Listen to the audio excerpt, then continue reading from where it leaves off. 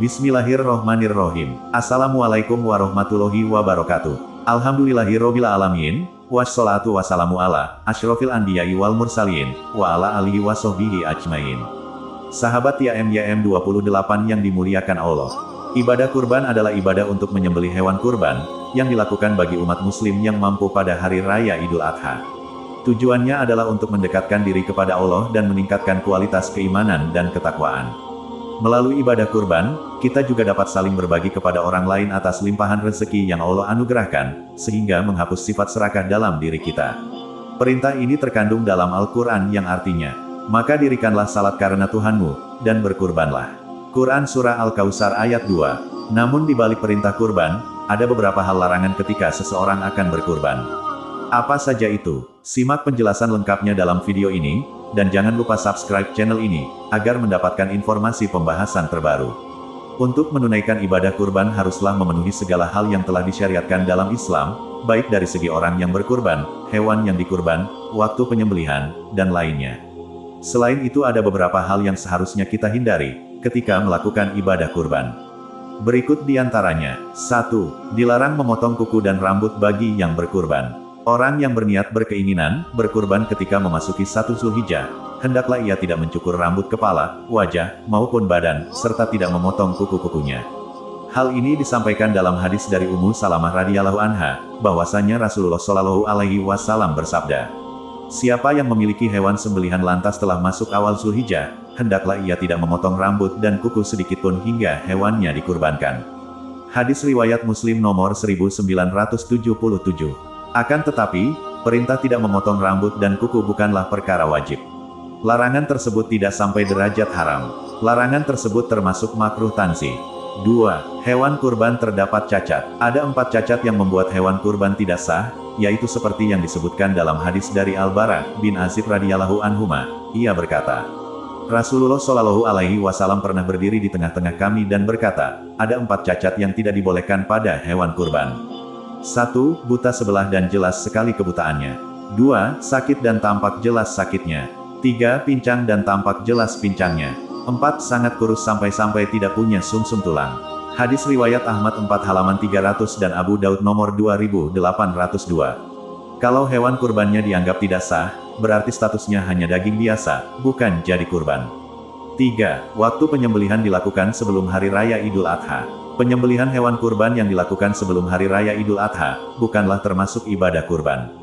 Hal ini disampaikan dalam hadis Abu Burdah yang merupakan paman dari Al-Bara bin Azib dari jalur ibunya berkata, "Wahai Rasulullah, aku telah menyembelih kambingku sebelum salat Idul Adha. Aku tahu bahwa hari itu adalah hari untuk makan dan minum. Aku senang jika kambingku adalah binatang yang pertama kali disembelih di rumahku. Oleh karena itu, aku menyembelihnya dan aku sarapan dengannya sebelum aku salat Idul Adha." Rasulullah Shallallahu alaihi wasallam pun bersabda, "Kambingmu hanyalah kambing biasa, bukan kambing kurban."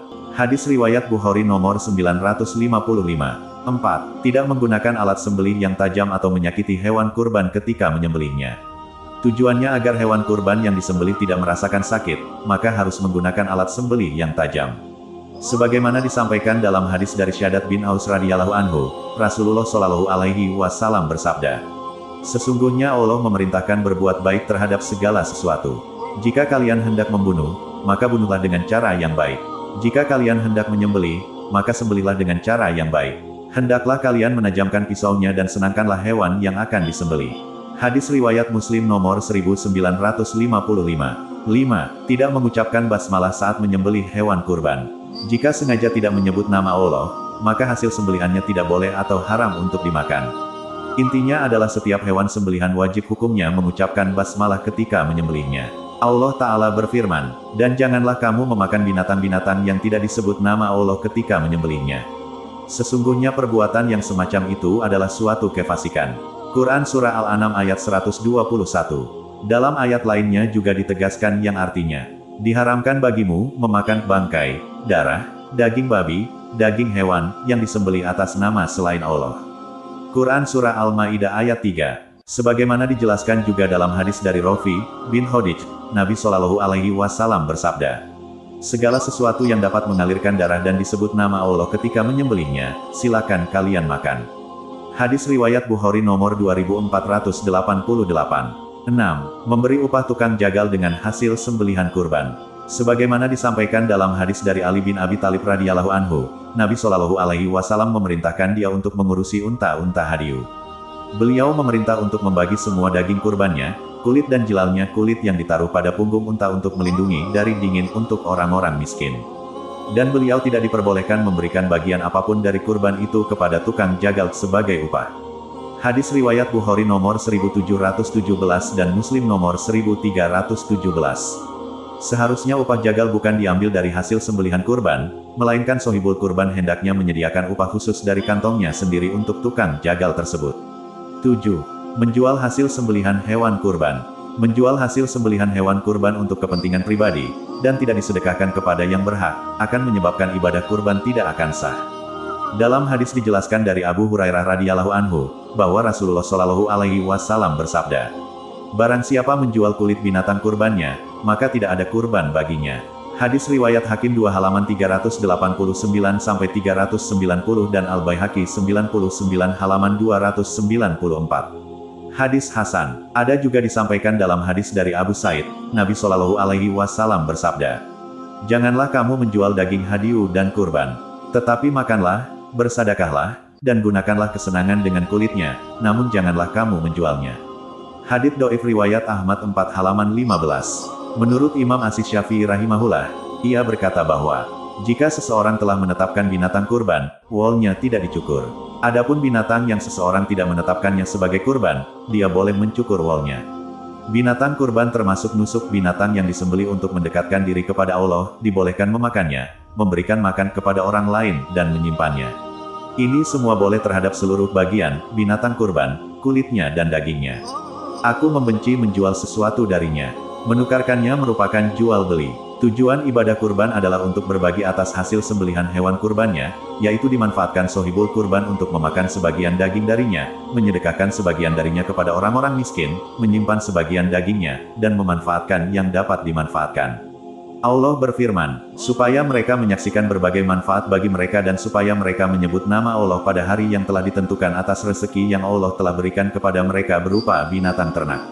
Maka makanlah sebahagian daripadanya dan sebahagian lagi, berikanlah untuk dimakan orang-orang yang sengsara lagi fakir.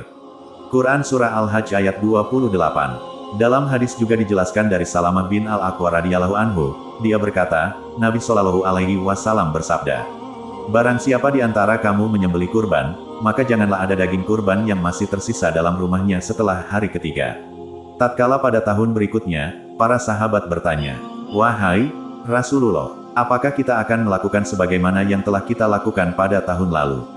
Beliau menjawab, "Makanlah, berilah makan, dan simpanlah.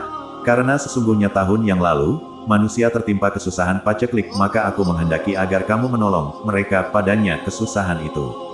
Hadis riwayat Bukhari nomor 569 dan Muslim nomor 1974.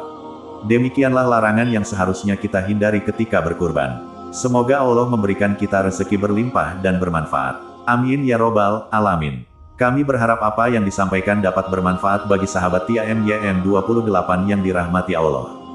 Kami mohon maaf atas segala kesalahan dan kehilafan dalam penyampaian materi ini. Wallahu alam bisawab. Wassalamualaikum warahmatullahi wabarakatuh.